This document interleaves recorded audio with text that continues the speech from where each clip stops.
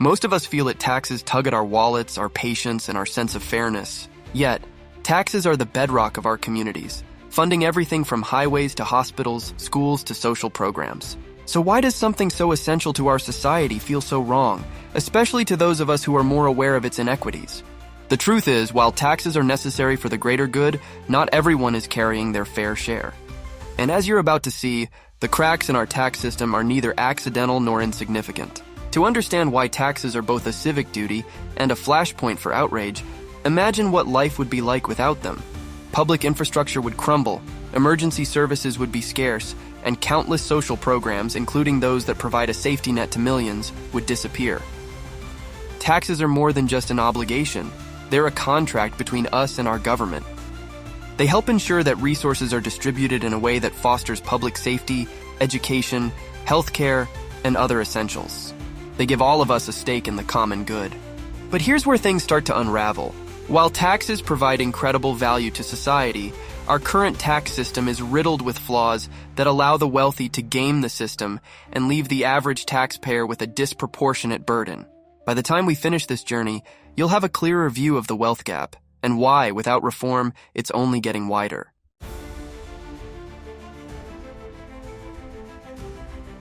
Now that we understand the purpose behind taxes, let's pull back the curtain on how the system often serves the wealthiest among us, leaving everyone else to pick up the slack. Imagine a tax code designed to help everyone equally, providing services that benefit society as a whole. Instead, what we have is a patchwork of loopholes, write-offs, and deductions for the few. It's a system manipulated by those with the resources to shape laws to their advantage, resulting in a massive divide between the rich and everyone else. Consider tax loopholes. These aren't accidents.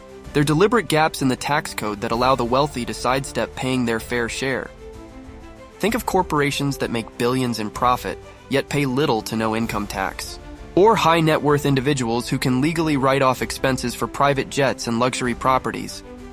Then there are subsidies, which you might think are reserved for struggling industries or necessary public services. In reality, subsidies are frequently directed toward large corporations and wealthy investors, creating an unfair advantage for those who already have the lion's share of resources, like big oil. If you're wondering how this came to be, the answer lies in lobbying and political contributions, especially through PACs. Wealthy interests fund campaigns and lobby politicians to maintain these favorable policies. In return, laws are often shaped to benefit the few rather than the many. The result? A tax burden that weighs heaviest on those who can least afford it, all while giving the affluent more ways to grow and protect their wealth.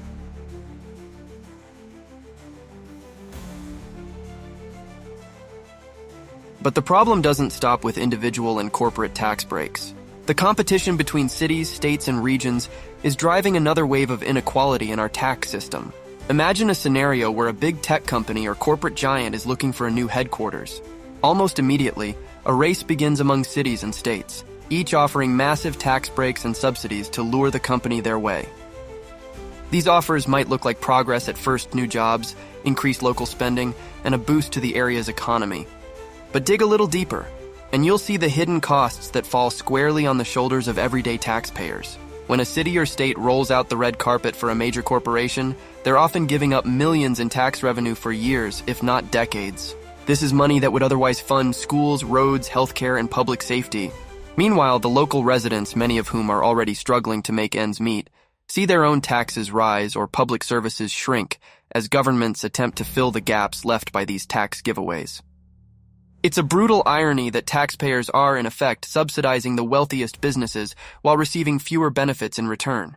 These incentives create a race to the bottom, as cities and states undercut each other in a bid for corporate favor. In the end, it's the residents who lose, and the promised economic boosts are often fleeting or exaggerated. All the while, wealthy corporations add to their bottom line, while those at the local level are left footing the bill. If we keep heading down this road, we're only widening the divide between those who are thriving and those who are just barely getting by. So where does this leave us, and how can we course correct? In the next section, we'll explore the role of the wealth gap, why it matters, and what we can do to bridge it.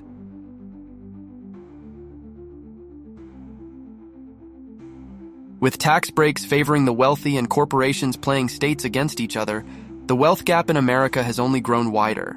Picture this. While billionaires watch their wealth skyrocket, Many everyday Americans are struggling to make ends meet, caught between stagnant wages and rising costs of living.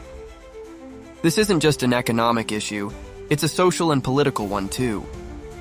When wealth becomes so concentrated at the top, it affects everyone, leading to less economic mobility, increased polarization, and even threats to democracy itself.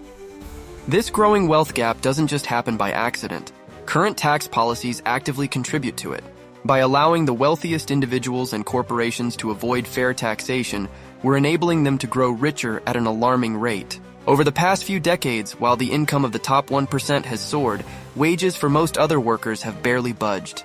The result? A society that's economically split, where access to opportunities, quality healthcare, education, and even political power is largely reserved for those at the top. The consequences of this divide are stark. In communities where wealth is concentrated, schools are better funded, healthcare facilities are top-notch, and infrastructure is solid. In contrast, areas with lower income levels often struggle to fund even the most basic services. The divide creates a cycle that's hard to escape. Those at the top continue to have access to resources that perpetuate their wealth, while those at the bottom face barriers that keep them from moving up. But there is a solution. By implementing fairer, progressive tax policies, we can work toward closing this gap. Imagine a system where everyone, including the wealthiest, pays a fair share, where tax revenue is used to strengthen communities rather than furthering corporate profit. In the next section, we'll look at what a true progressive tax system could look like and the impact it might have on funding essential government programs while helping to even the playing field for all.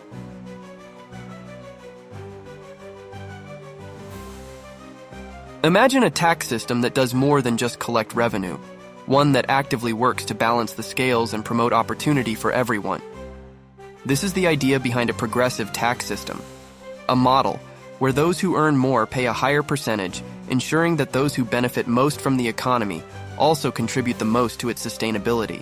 While the U.S. claims a progressive system, in practice, the wealthy and large corporations often pay a far lower effective tax rate than middle or lower income households, thanks to a labyrinth of deductions, exemptions, and loopholes. For decades, a combination of tax cuts and loopholes has left the government perpetually underfunded, limiting its ability to provide essential services and invest in public goods. At the heart of this problem is a tax code that increasingly favors the wealthy and large corporations, a shift that began in earnest with President Reagan's tax reforms in the 1980s. By slashing top income tax rates and cutting capital gains taxes, these changes sparked a trend that continued through the presidencies of both Bush's and Trump. Today, the richest Americans pay a far lower effective tax rate than they did for most of the 20th century. As a result, we have watched funds that once supported robust public programs redirected to subsidize private wealth, leaving our infrastructure, healthcare, education, and social services critically underfunded. These cuts to public coffers are far from trivial. A century ago, progressive taxation helped fuel unprecedented investment in infrastructure and public welfare programs, raising the standard of living for millions. However, as corporate tax rates in high-income brackets have been lowered over the years, budget deficits have surged, and critical public needs have been sidelined. Roads, bridges, and transit systems crumble without maintenance. Schools struggle with outdated resources, and healthcare systems are stretched thin, while the wealthiest continue to prosper. The erosion of public resources reveals a stark reality. When tax laws favor the few, it's the many who pay the price, experiencing firsthand the diminished quality of public services and infrastructure that were once seen as the bedrock of American prosperity. A truly progressive tax system would close these gaps, focusing on income equity, eliminating tax shelters, and revising policies that allow the rich to stash their wealth untaxed. This could mean implementing a wealth tax, closing corporate loopholes, or increasing the capital gains tax so that passive income earned from investments rather than work doesn't get preferential treatment over earned income.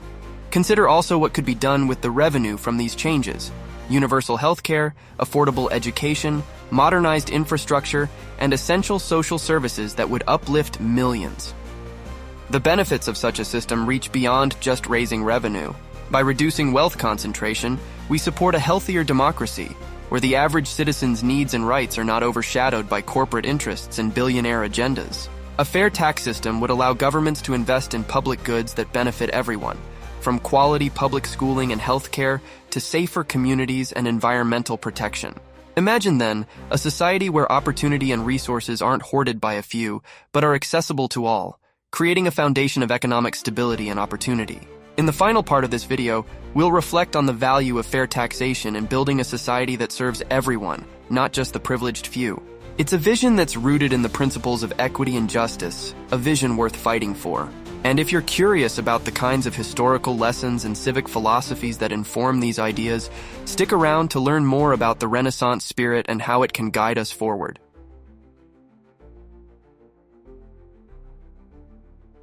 As we reflect on the role of taxes and the importance of a fair system, we're reminded of the ideals that shaped the Renaissance, a period marked by the pursuit of knowledge, justice, and the betterment of society. Imagine a world where our tax system isn't just about collecting revenue, but a tool for ensuring equity, lifting up the vulnerable, and promoting a society where everyone has the chance to thrive.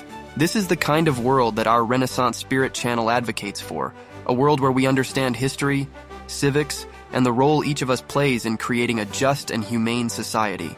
This video is part of a series of videos on money and wealth inequality in America that starts with the video, Americans Don't Like to Talk About Money. Watch that next if you haven't already.